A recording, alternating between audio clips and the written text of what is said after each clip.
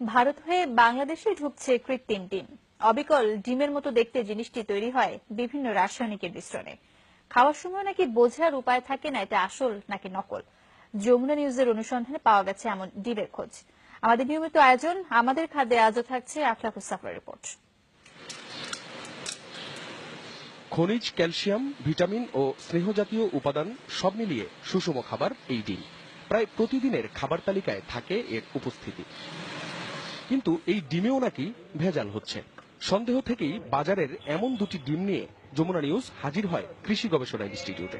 পরীক্ষা নিরীক্ষার পর এই বিজ্ঞানী জানালেন এর একটি আসল, একটি নকল। পচনশীল কিছু জিনিস আছে এর ভিতরে, যেন অ্যালুমিনিয়াম দেয়, অন্যান্য জিনিস দেয়, এটা থেকে ব্যাড স্মেল আসতে পারে। এর জন্য কিন্তু ওখানে দেখা যায় যে বেশ কিছু প্রিজারভেটিভ দিয়ে দিচ্ছে যাতে দীর্ঘদিন এই ডিমটা ভালো থাকে।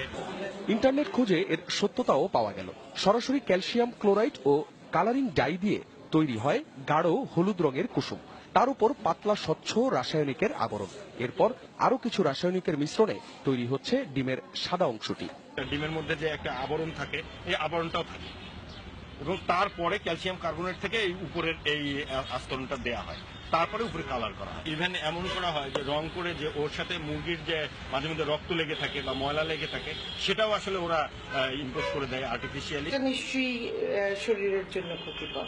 এটা হয়তো আরো 10 বছর 20 বছর পরে যে এই ক্ষতিটা আমি বুঝতে পারবো।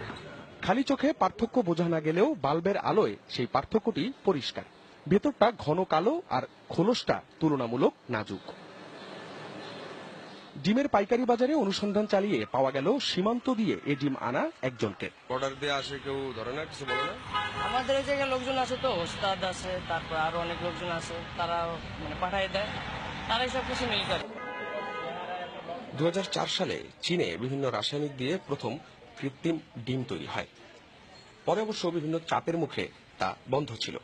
এখন আবার ভারত হয়ে তা প্রবেশ করছে বাংলাদেশে। তবে আসার কথা হলো এর ব্যাপকতা এখনো এতটা বেশি নয়। তাই পরামর্শ হচ্ছে শুরুতেই যাতে এর আগমনটা বন্ধ করে দেয়া যায়, এজন্য সচেষ্ট হতে হবে কর্তৃপক্ষকে।